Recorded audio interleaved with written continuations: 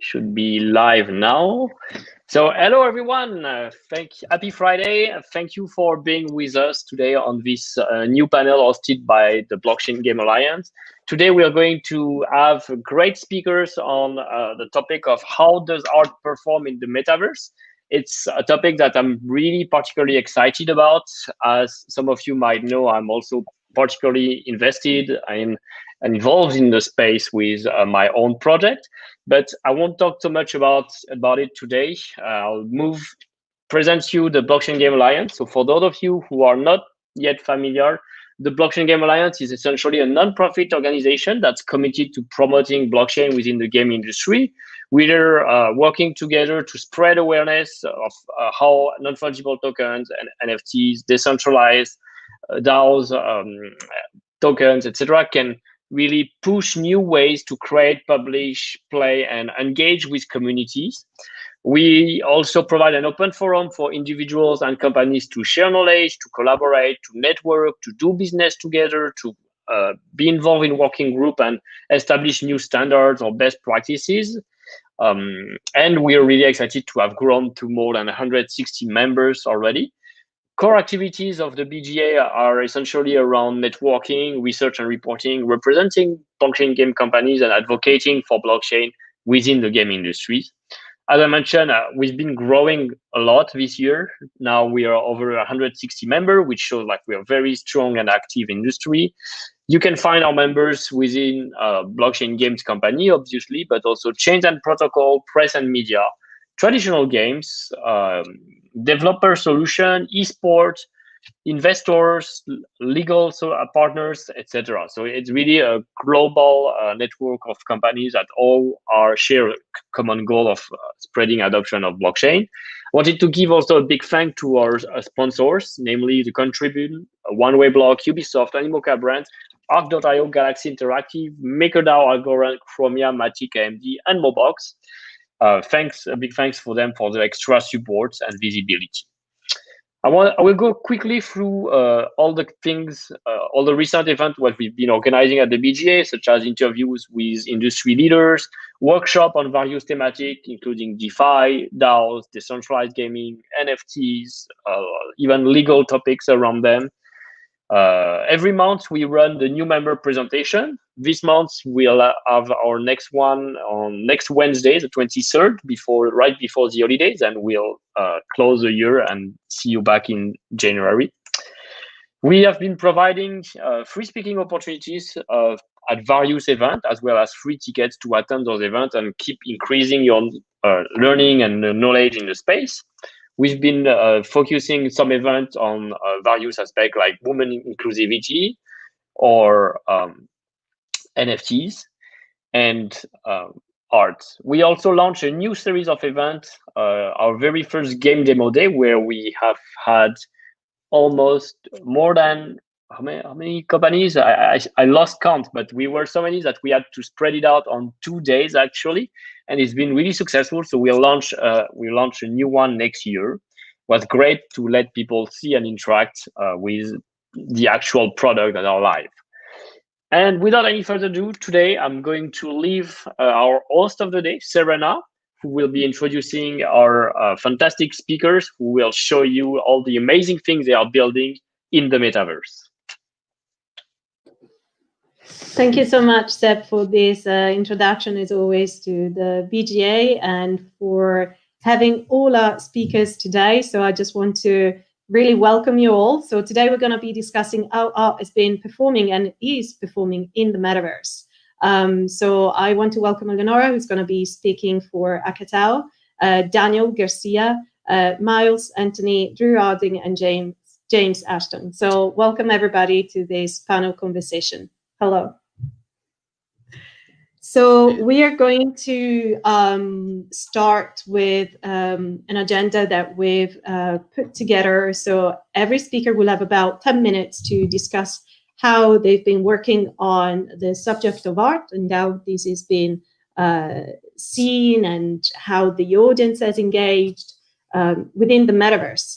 So we're going to be starting with Daniel, and we're going to be asking Daniel how the experience has been for you since I also know you're an artist and you've been working in 3D as well. Am I correct? Yep, you're correct. Okay, so Wonderful.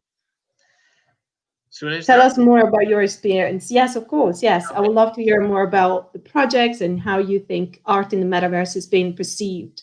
And I think the subject that we are eager today to explore is whether art is seen more as a commodity within the metaverse space, or whether we should see these and treat these more as pure artistic expression. Okay.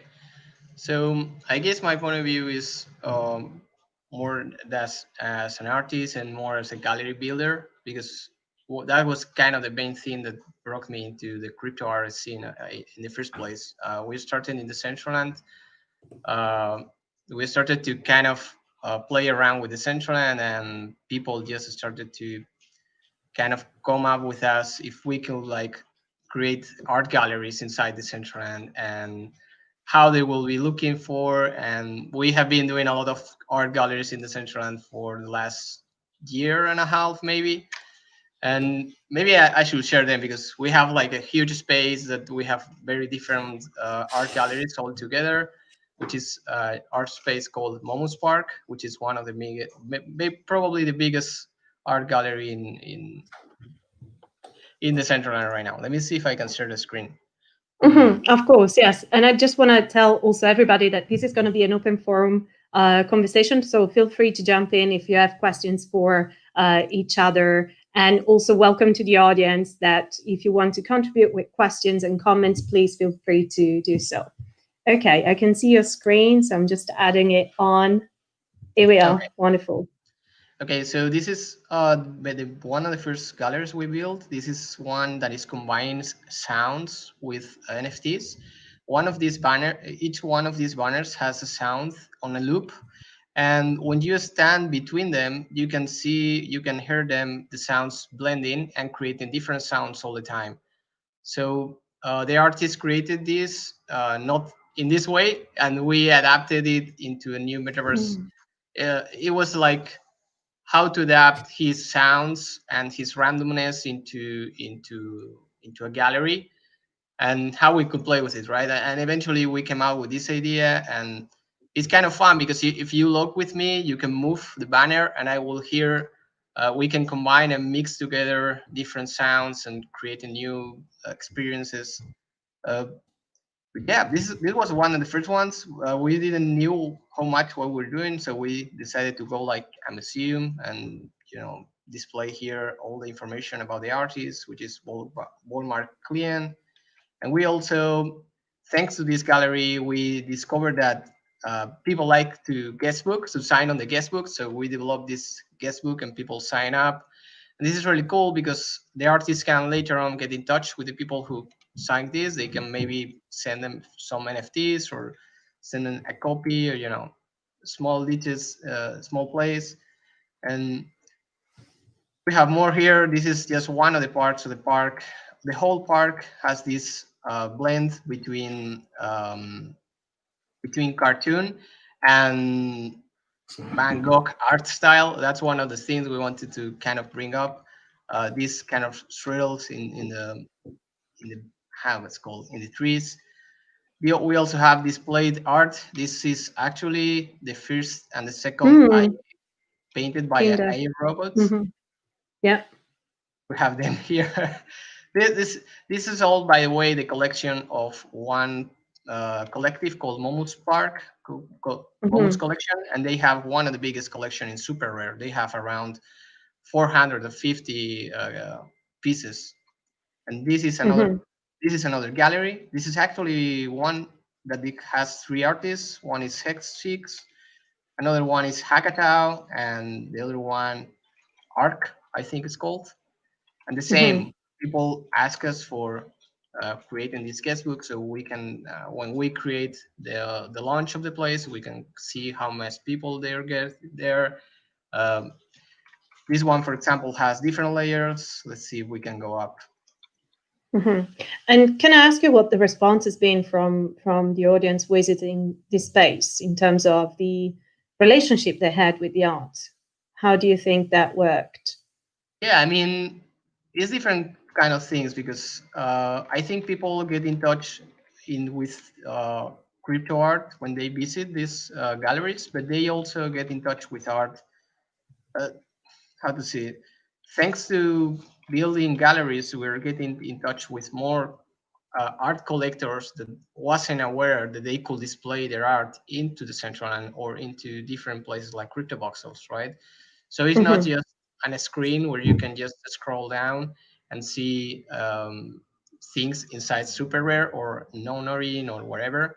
So you have also built for them a place that they can display and show the art, and also display and show information about, oh, this one doesn't have much, but this one, for example. So it's since this year has been like very bad for art in real life, right? The museum has been closed and people have kind of display this. This has been a new way for people to kind of join art, and I think a lot of people who visited these places started to pay more attention into art, and I don't know. I think it's kind of cool, a cool thing to do to kind of build art galleries around places. I'm curious if anybody in the room has questions about this or wants to add anything to what we're looking at right now, because it's definitely an interesting way that probably a few years back we did not think in terms of visiting an art gallery or a museum in a virtual world, but this is kind of becoming more and more part of our present time. So I'm curious if you guys have got any thoughts around the navigation and the experience as well. I don't know if anybody wants to jump in. James, maybe. Yeah, so I mean, from my perspective, I'm sort of new to the the online art scene and the digital art scene, but I'm from a background where I actually grew up. Like my father was an art collector in in the real world, so I experienced like lots of galleries and auctions and all of this type of thing. And I do think we haven't really explored all of the different varieties of format that the actual design of the galleries and so on can actually have in a virtual world, because at the moment we are kind of in this paradigm of kind of walking around and exploring a gallery, but yet there's some really intuitive ways that we could actually actually navigate art and kind of almost have like custom progressions through the galleries. So I'm looking forward to seeing the project that's been happening in Decentraland, where they've been like invited people to design galleries, and they're now being judged. And I think that the best 50 galleries are actually getting some land, and that's going to be like a huge melting pot of people's ideas from outside this who've built their first ever kind of like NFT art gallery. And that's going to be like formed in like a community, so it'll be like a neighborhood of galleries. So it really will look like a melting pot of all of this sort of stuff. So as Daniel's navigating around, actually I'm seeing this is a very expansive, terrain. But what will be interesting with this gallery competition is I believe they've been asked to kind of restrict it to two parcels. So it'll be interesting to see, how they, utilize the space to display their collections, and whether they, are building up, or if they plan to, rotate the content regularly. But all of the winners, all of the people whose galleries are being displayed, they are getting the full kind of land operation rights. So for the time their gallery exists there, they are actually going to be as if, actual gallery owners in Decentraland, like they will have responsibility for updating them and that type of thing. So it's quite interesting. Interesting, yeah. Thank you for sharing your views, James. I'd love to hear from Eleonora, who's here today representing Hackatao, and the experience the Hackatao Duo artist has had since they've been actively participating in the crypto art movement since the very beginning. But yeah, tell us more about it. Serena, I've lost you. Can you hear me? Can you hear me? Can everyone hear me? Hello? Yep, I can. Yeah, I can. Okay. So maybe Leonardo, try and remove your headset, perhaps. I don't know if she can hear me. Okay, cool. My audio is fine. Or maybe we can move on onto Miles and look at the central games, and then we go back onto the Hackatao experience. Shall we? Okay. Cool. Thank you, I'll Miles. share my screen. How are you? Good. Been busy, but been good. Making some good progress. Are you guys able to see my Yes, here screen? we go. So we have Miles Anthony as well here today, Awesome. talking to us about the central games. And this is such a wonderful scenario. Tell us, how have you built it, and what was the type of experience you wanted to recreate? So basically, we've been following Decentraland from the beginning, from the token sale in 2017, and we were really interested in kind of getting involved in building stuff in the metaverse. And so we felt that making wager-based games would be a great way to get people into the metaverse, just because they're used to them, and it provides an economic incentive to play. And so we started by building general casino games like slots, roulette, blackjack, backgammon, and now we're working on poker. But this is what I'm showing you right now is one of the galleries that we made to display some NFT art, that's like near one of our casinos, because we kind of felt that by getting people into the metaverse through our games, we wanted to build experiences that were beyond just the actual casino games. And this is one of the spaces. We have like a space over here to give presentations. If you guys are interested in hosting any events around here, we're more than happy to host here and display art. This is just like a collection of art that we just put up just to show off what the potential is. But it's, as you can see, it's in Vegas City. So James helped us with this land allocation. And then right here is one of our casinos. So we have the games in here. So we recently introduced a play to earn token that gives people an incentive to come play the games, roulette, blackjack, slots, backgammon. And we feel that this will get a lot of people just into the metaverse because they can actually make money from participating in the ecosystem.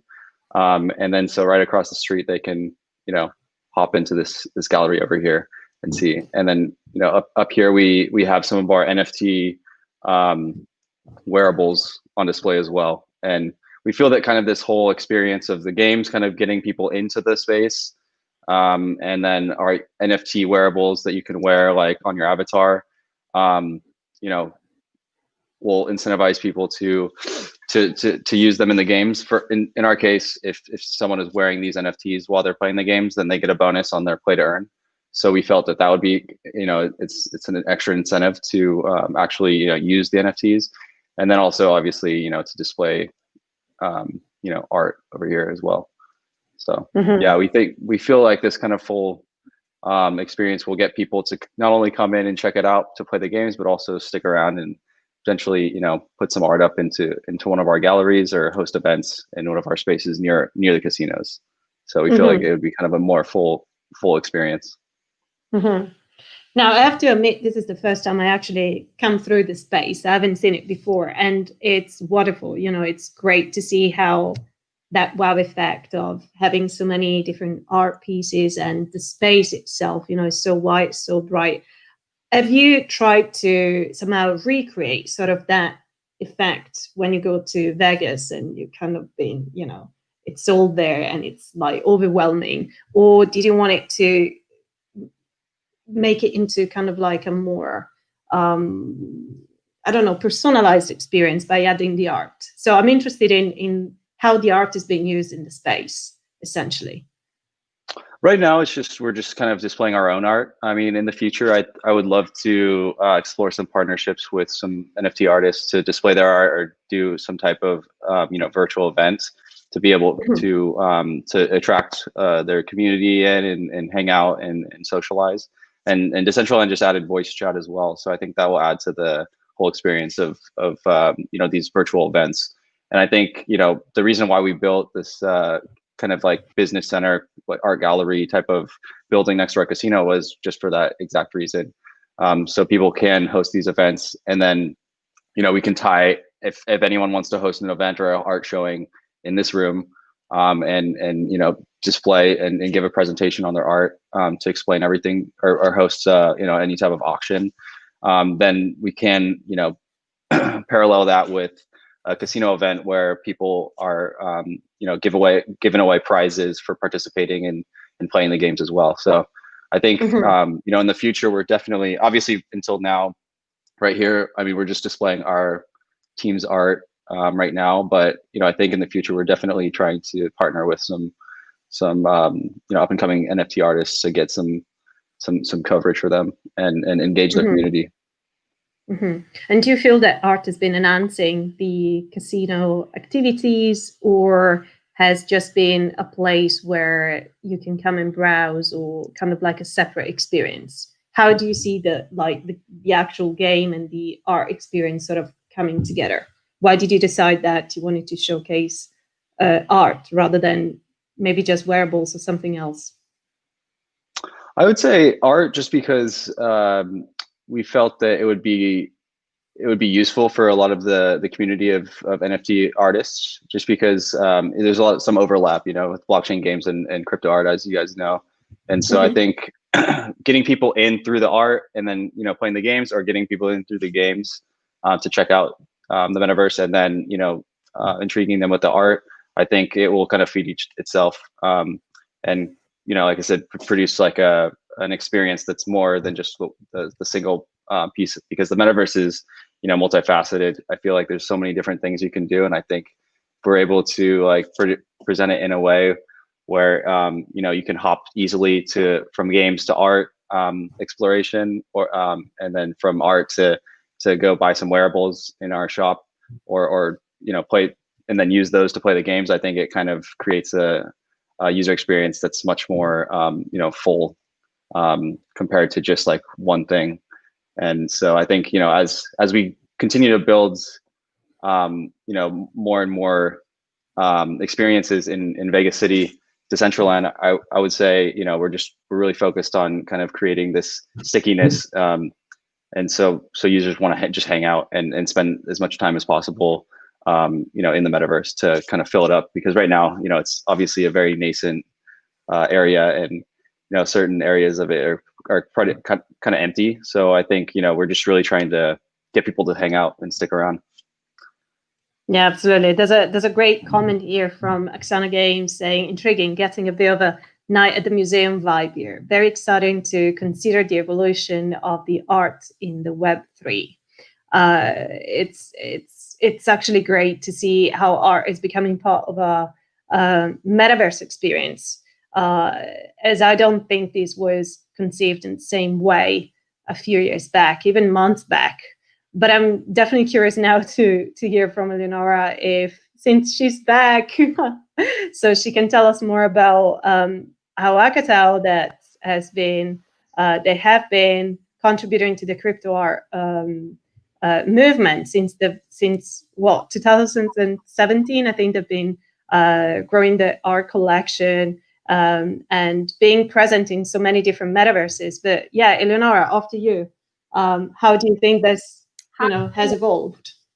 Yeah, hi, I'm back. Sorry for my connection. Yeah, I'm here today to be the voice of Hackatao, who will show you the video game that they have created. As the majority of you will know, Hackatao is an artist duo. Yeah, they have been around the blockchain space since 2018. Let's say that their relationship and interest in video games start a long time ago. So already in the 90s, where when Sergio, who is one of the two artists in the duo, Sergio and Nadia. Sergio is the one who takes care of the detailed drawn part, and Nadia is the one who takes care of the colorful flat style part. So Sergio was has already been interested in the video games. I already tried a long time ago, so it was already there. And Sandbox just gave a very wonderful opportunity to develop this interest that they have been having. Also, a while ago, there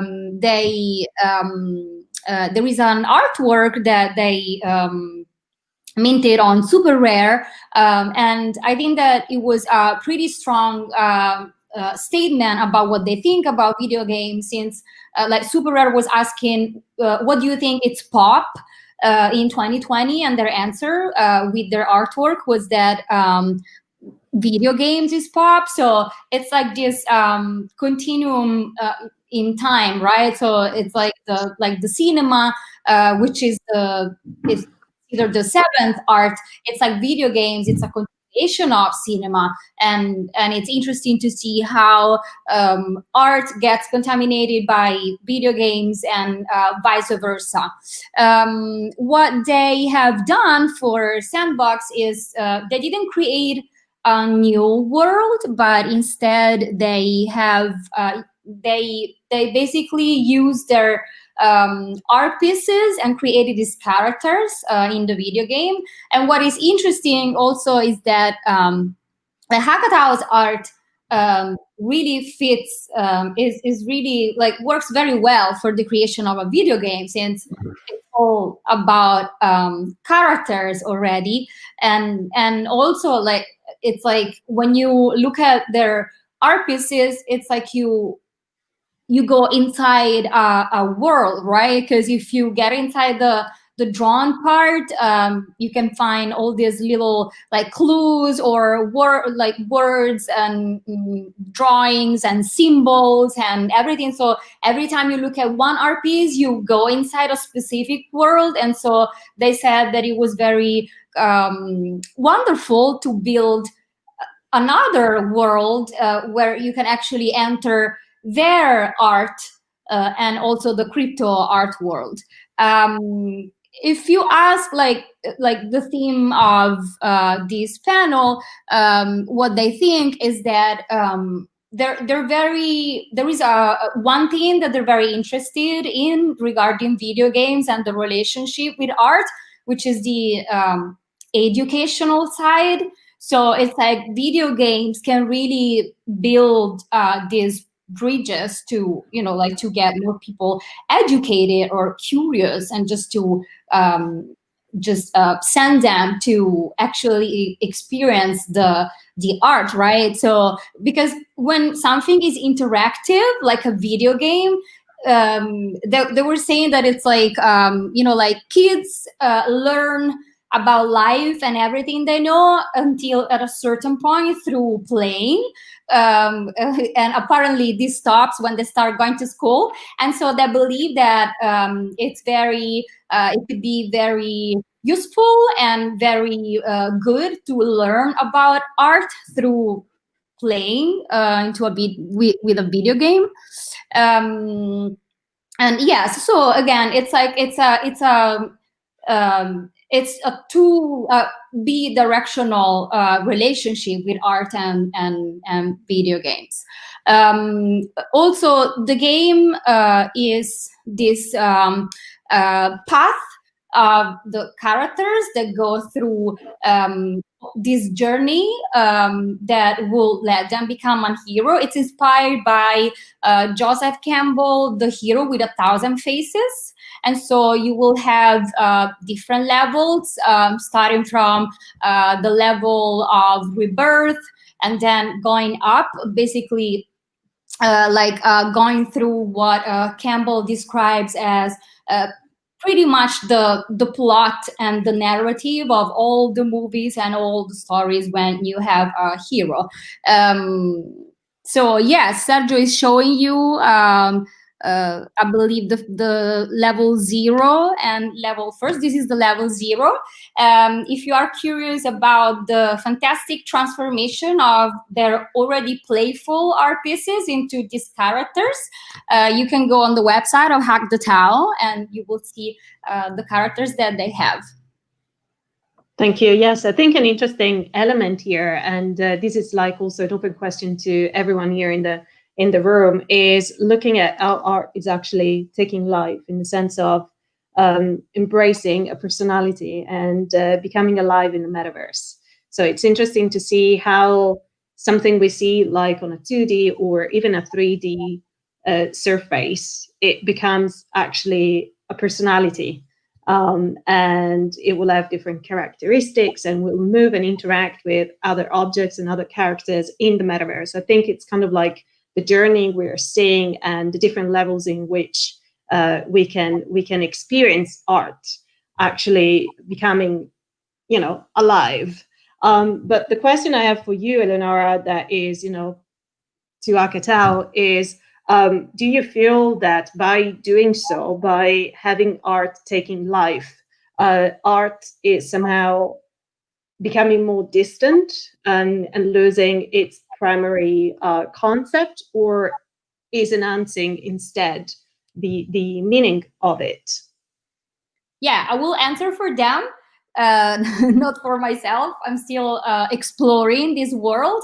They think that it's enhancing, that it's helping the fruition and the and of the art. Like it's more, it's no.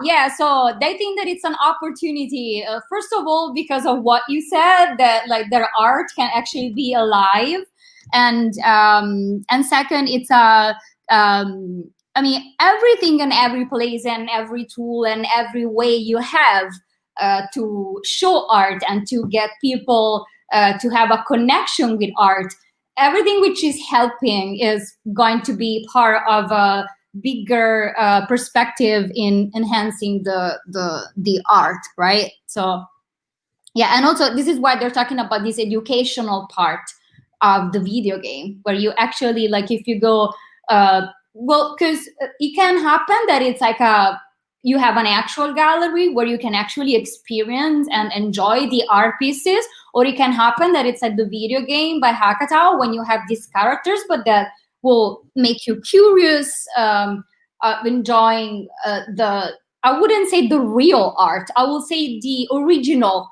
art piece. So it's just a continuation of it. Mm-hmm. Interesting. Yes. I wonder if galleries and museums will pick up on this topic and start showing gaming experience, or how art can be gamified in a IRL environment. That would be interesting.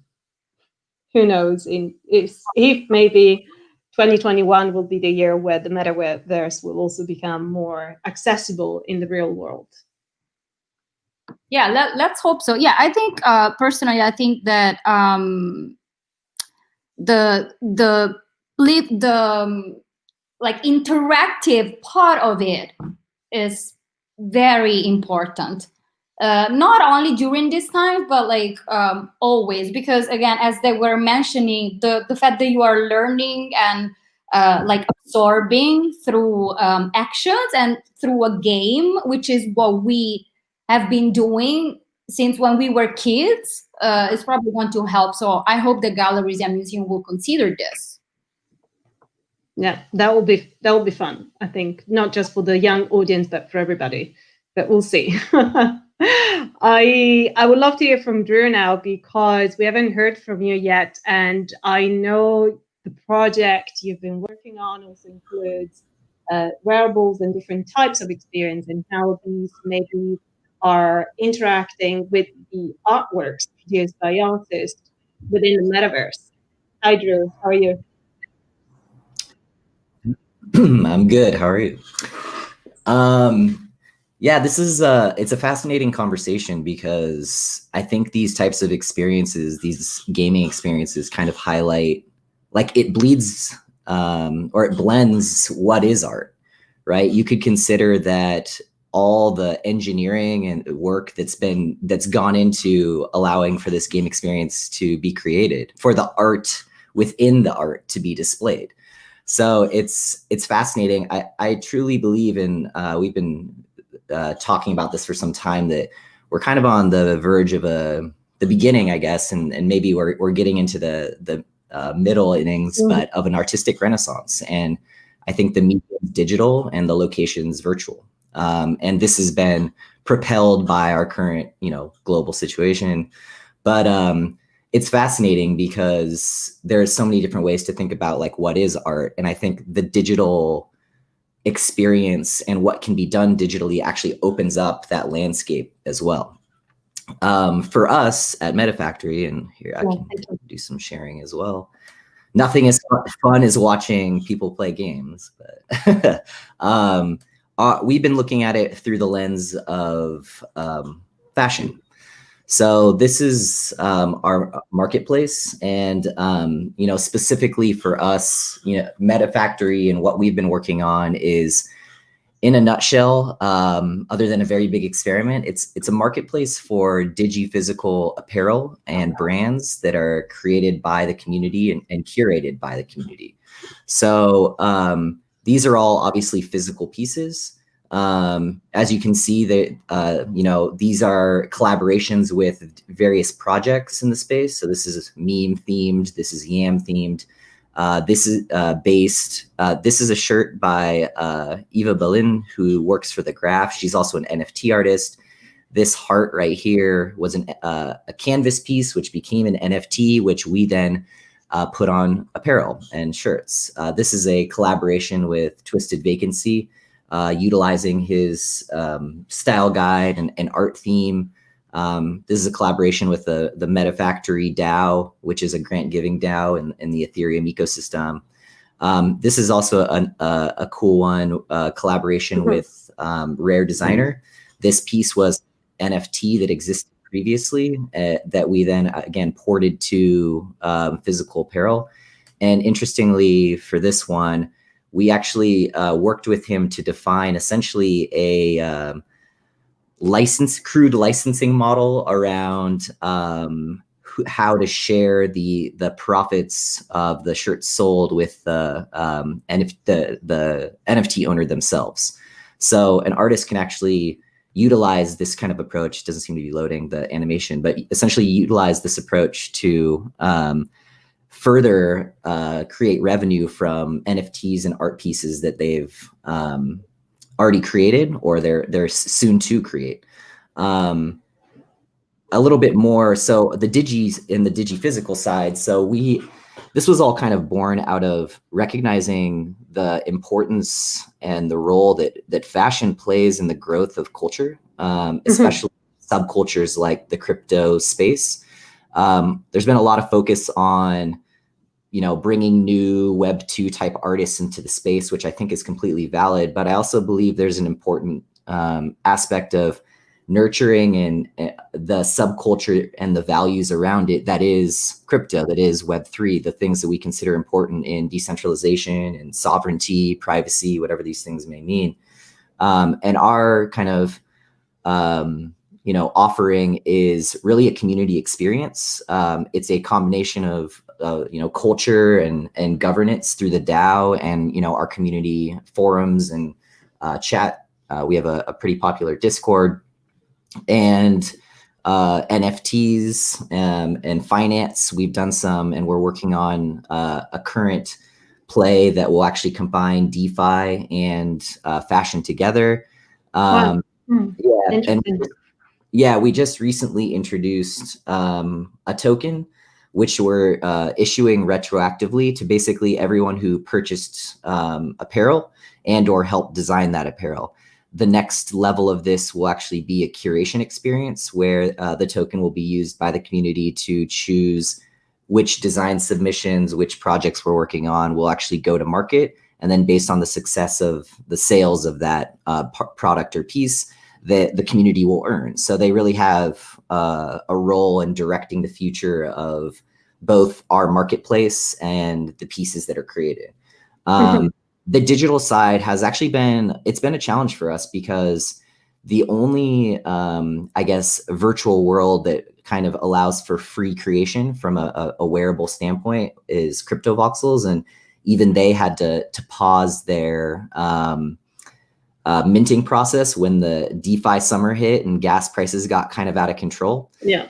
So, but you know, that's really been kind of the really free form, open world opportunity. And so we have created a handful of wearables that are accessible in crypto voxels, and we'd love to get involved and support, and have spoken with the Decentraland team. The process is a little bit different. And really, it's a platform support and a file type support challenge for us as well, because although we can make a single wearable NFT, it doesn't necessarily guarantee that these port over to the many emerging virtual worlds and or growing singular metaverse that is coming. You know, that includes obviously Sandbox, Decentraland, Somnium Space. So we definitely, I think, have a way to go, at least from our perspective, in terms of the interoperability behind these things, and allowing these assets to easily move, at least at a wearable level, across these various spaces. And that's been something that we're keeping in mind and will be kind of supporting as the ecosystem grows and as we grow. So yeah, this is a deck we put together that shows some of our past experiences and some of the things that we've created in collaboration with various artists. We did a mask initiative with a handful of artists. Skeeny, this is a lot of money wearing Skeeny's mask.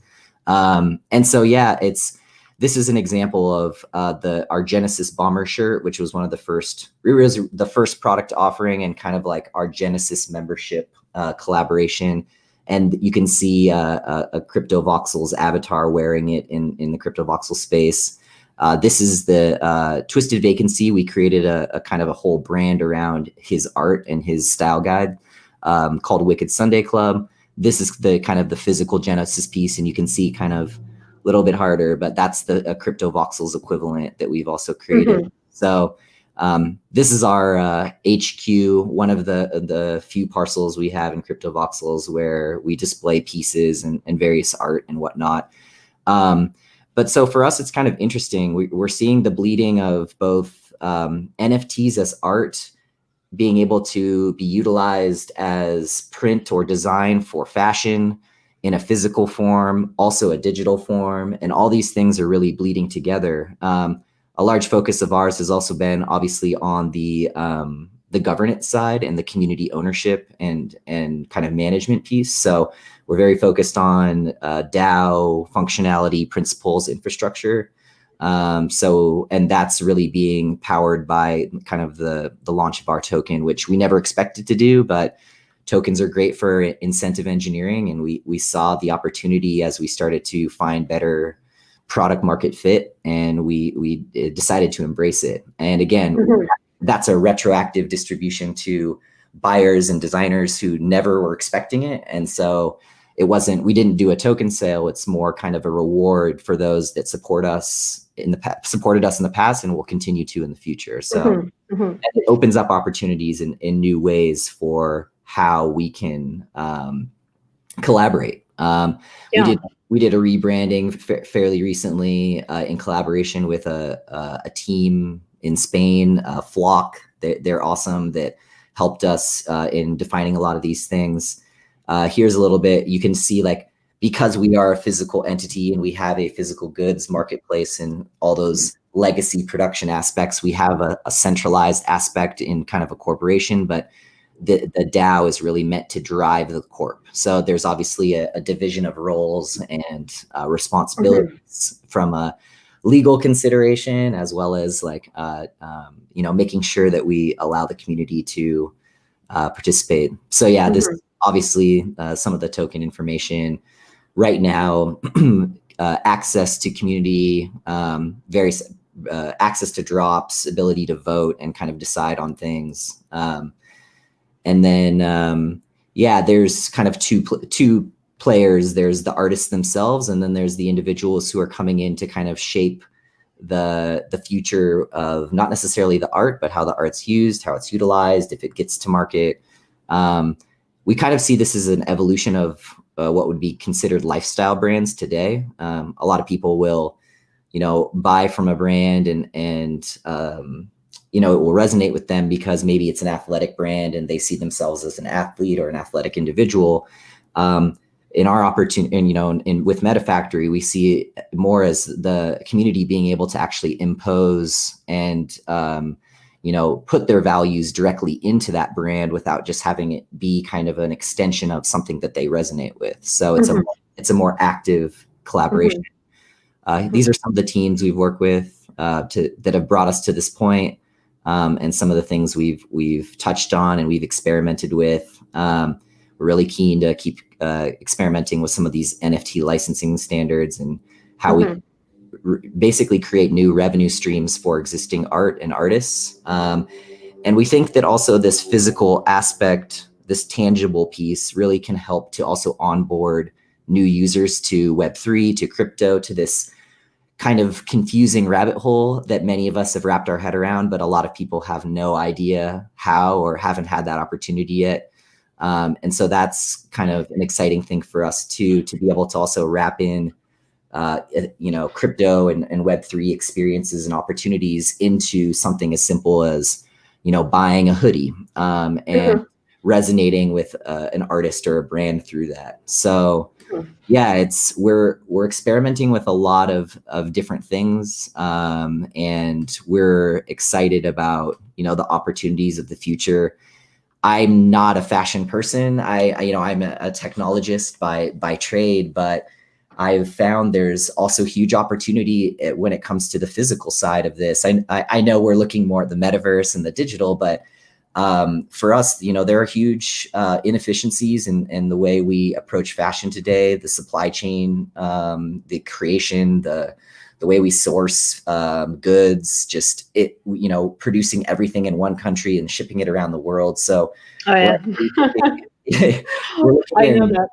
Yeah, we're looking in the new year to really focus on actually decentralizing production, working with a series of microfactories, introducing new product templates that address kind of these standard box cuts that we've all come to know, but don't really address the kinetic like movement of individuals. So we've been plugged into some people who are more legacy in the space of fashion, and they're interested because we have such a fresh take, because we don't know anything on what fashion is and what it can be. And then obviously the digital opportunities, I think we're just scratching the surface in terms of wearables, both in virtual worlds that are blockchain based, but also those that are, you know, VR chat and some of these larger landscapes that even the idea of NFTs and Ethereum and what those things can do for those platforms and their communities are still being discovered. So all these things are kind of happening at once. And yeah, we're just excited to be exploring them with people and pushing the needle forward as much as possible. So. Yeah, absolutely. I have one real quick question for you, Drew. How, in terms of like the wearables, have been performing in terms of like virtual and physical? Where do you think these have been more successful? In what platform, or? In terms of like, have you sold more physical than digital, or other way around? Or, and also like in which metaverse those have been performing best? So we've been more focused on the crypto voxel side. We'd love to get deeper involved with the Decentraland team and the DAO in kind of getting our wearables and our offering over there. We've definitely sold more physical, but a lot of the individuals who have bought physical pieces are extremely interested about how to access and have and leverage those in digital space. So for now, every piece we create, if we want to, short of creating a digital counterpart for each platform, we essentially are looking to create a single NFT kind of templated, like, I guess that acts almost like a passport. And as the access or new platforms where we begin to support, we will essentially airdrop those outfits so that now you have that same hoodie in Decentraland or in Sandbox or whatever it might be. So the physical piece is definitely been really highly in demand and very sought after from our community too, because I think people are excited to support in the real world as well. That, you know, in meet space, they like to walk around and support their. It's a way of identifying, you know, something that you like and you support, and you want to show that, you know. Yeah, I can see also James and Eleonora a bit nodding and like understanding what you were saying. James, would you get a wearable and like a physical one?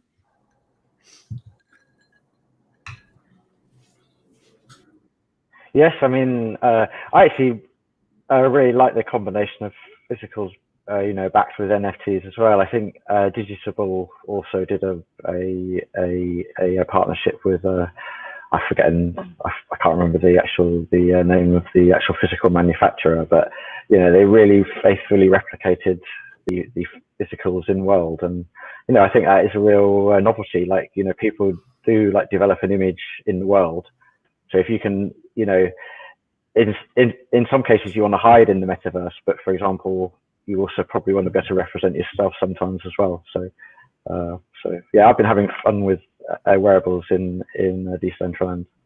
So from that perspective, you know, my perspective on art, I guess, is that because I'm more focused on the districts in Decentraland, which means there's like a large space. You've kind of got a responsibility that's you're sort of a steward of an area which has a lot of vested interests. So as much as anything, it's you know, providing a basis for actual people to like surface what they are doing in the virtual world, and being in a privileged position to be able to help them to do that. So for example, in the university, we have an art project which will launch if you just want to start sharing screen as well, we can have a look at the projects you've been working on. I'm going to start sharing my screen. So what I'm going to present is that so I'm trying to assist working artists. So and we're in the avatar. So this is a picture of my avatar of someone who's carving out, you know, working artist occupation of illustrating people's avatars, and all of the different, you know, people who are faces in Decentraland are quite sort of, you know, actually keen for him to illustrate this stuff. So if I click through, you can see that's kind of my avatar, and you know, so it's just to illustrate that the metaverse is a thing. It's not just, it isn't something just to display pictures in. It is, you know, in itself it's art, and it's also the subject of art, as you know, as well. It is an area of life in which artists can, you know, find a, you know, community and like an outlet for their work. So what I have here is we don't see your screen yet. Sorry, James.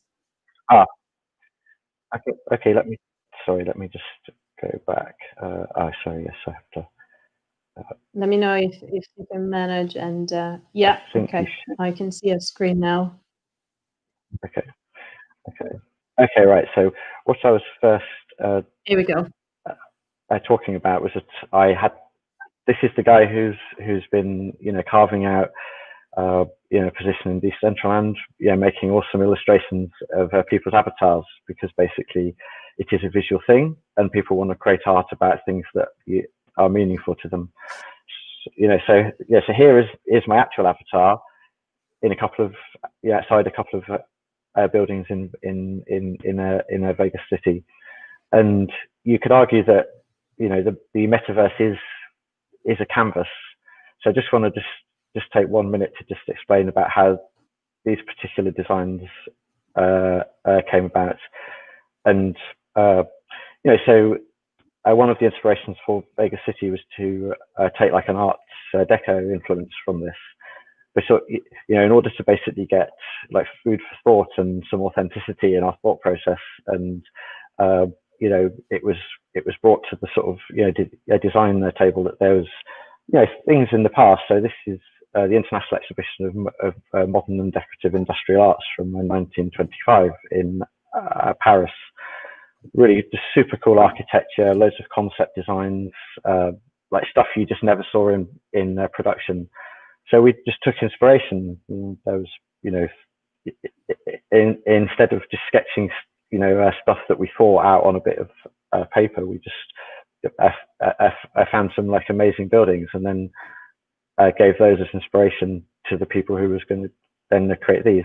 So the building I just showed you there was the seed that led to these two buildings.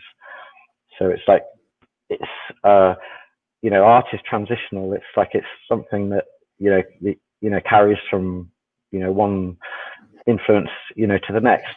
So that exposition and that seed of design like helped us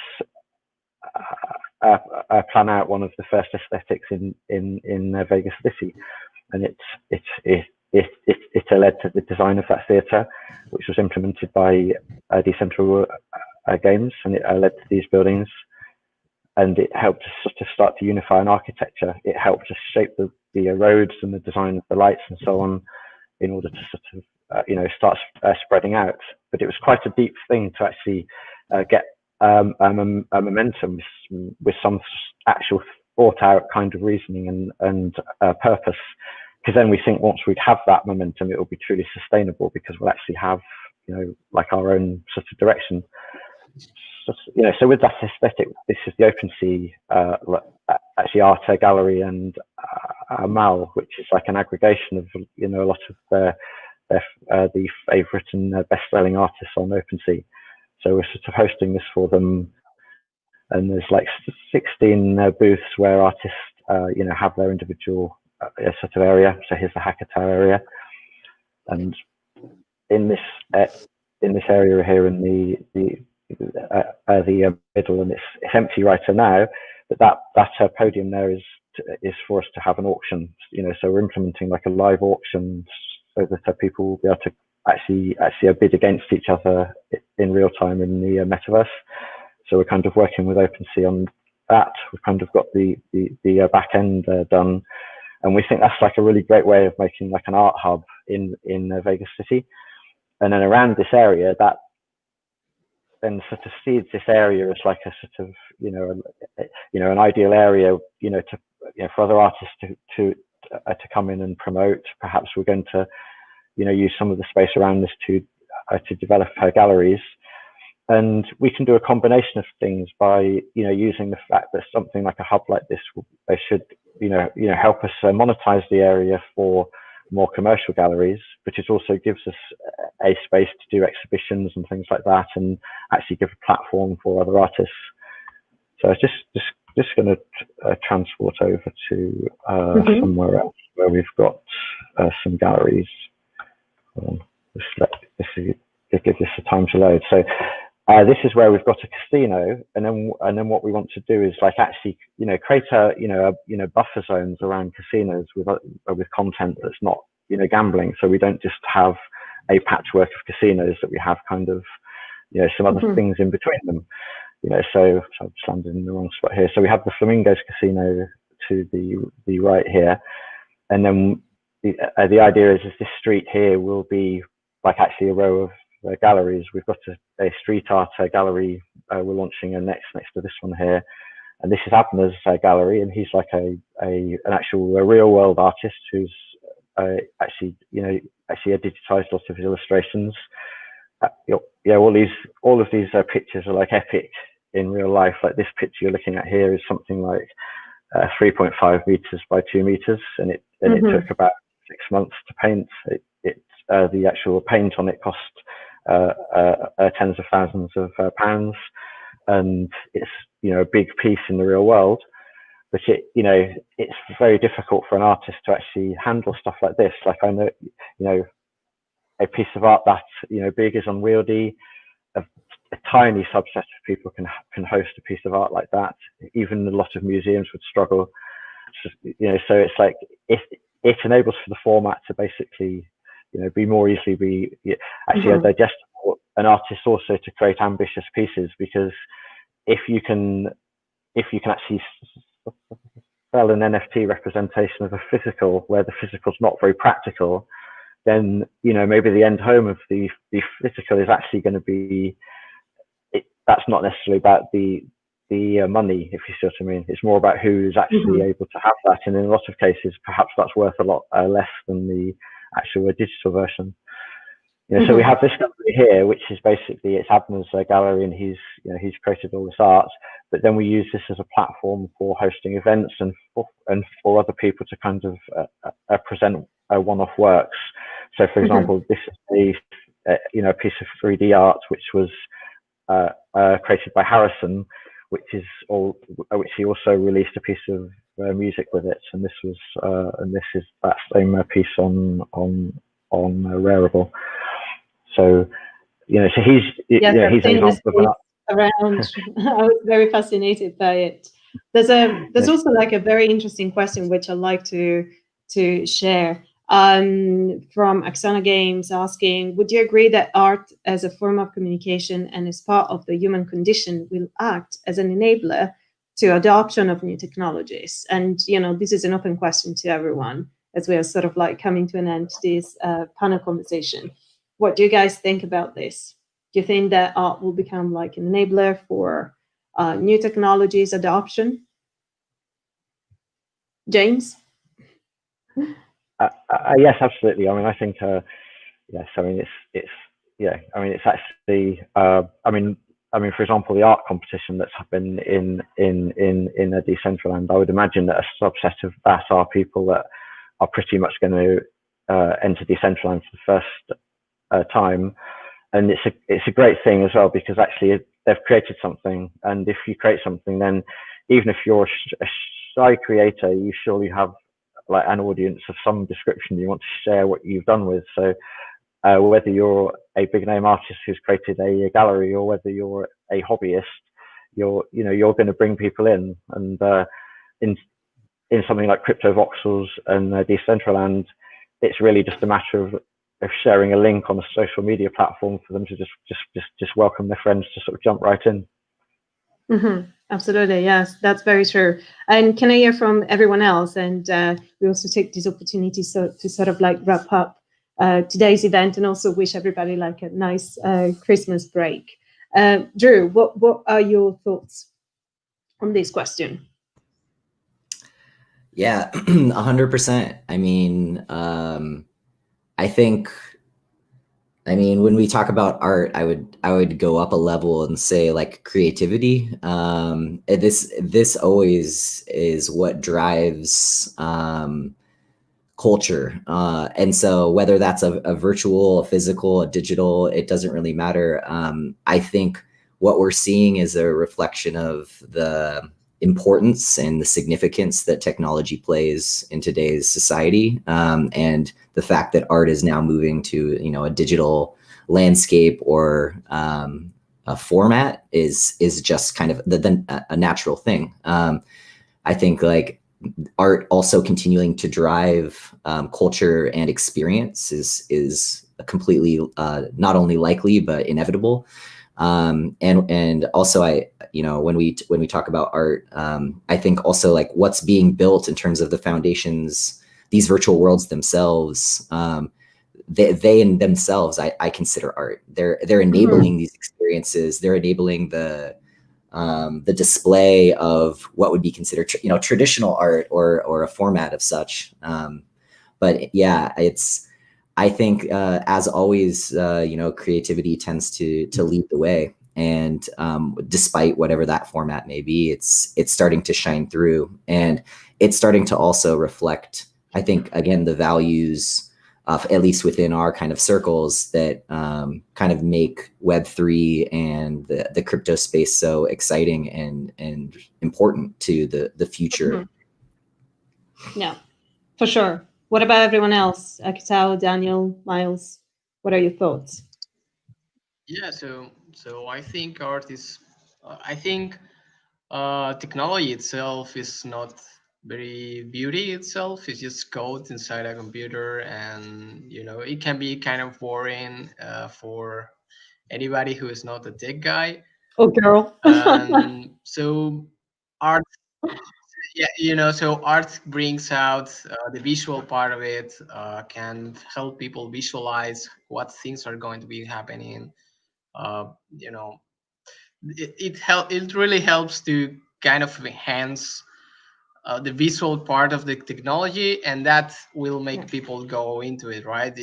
if you just see Decentraland, if it was just like line of code, nobody will join, right? If once you start to kind of start to place it a lot of stuff where people can lose themselves just watching the stuff and seeing cool things, that's what is going to be dragging attention to this, because you know, vision is maybe the main powerful sense that we have, and if we use it in a right way, it will definitely drag more and more attention into technology. I agree.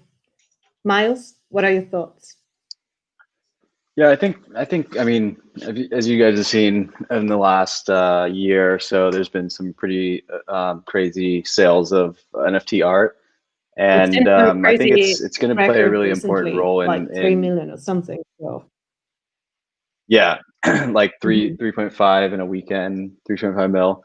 Yeah, it's crazy. But I think, you know, it's a good thing though, because it shows the interest, you know, for speculators and just collectors in the space. And I think, you know, in terms of Metaverse becoming more mainstream, it incentivizes people to explore the Metaverse because they want to like display the art somewhere and show it off to other people. So I feel like it's going to play a really important role as there's more and more of these massive, you know, art sales that generate a lot of hype. I think it'll be really effective in getting people to explore some of the metaverses and display some of their art, and then also for people to come check it out and absolutely. You know, and look to at conclude, Eleonora, for Hackatao, how do you think art is enabling technology to becoming more mainstream and, you know, the adoption of it?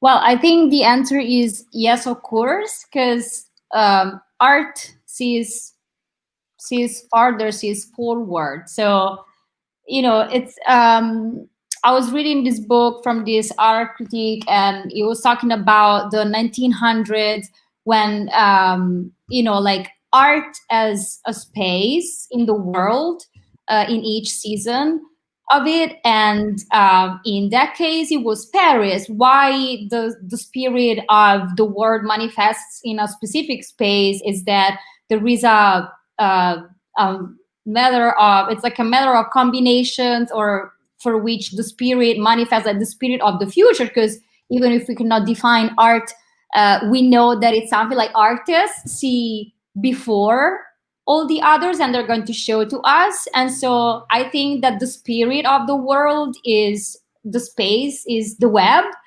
and this is how art is already an enabler of technology, and it will be, because it's a future. Absolutely, yes. I think today we've seen great projects that are really pioneering what art and technologies have been providing in this year, and where, you know, we're probably going to be heading to in 2021 and beyond.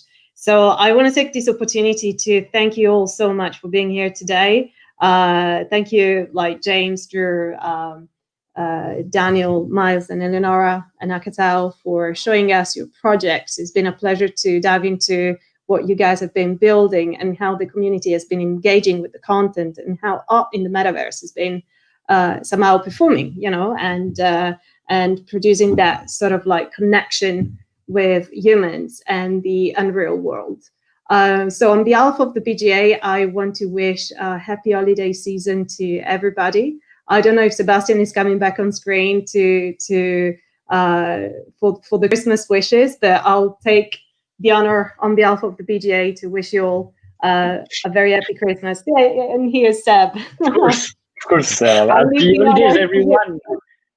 I've been here all time behind the scenes, listening to everything. So just I cannot miss the chance. So thank you everyone for building amazing stuff. Like everything we've seen is just wow stuff, like in game, Decentraland, in digital fashion. Yeah, I want to order some stuff already. Like I was clicking the shop button for Drew. And yeah, happy holidays. I'm really excited, looking forward to what we'll be all building in 2021. We're just getting started in the space, and there's so many opportunities out there. So thank you again for taking the time to share with us today. And thanks to all our audience for watching. Actually, thanks for hosting, Serena. And it's been a pleasure. Happy Christmas, everybody. Thank Bye-bye. you. Thanks, everyone. Cheers. Take care. Speak soon. Take care. Cool. Hey. Oh, Yes. hey. Okay. Oh, I think we're still on.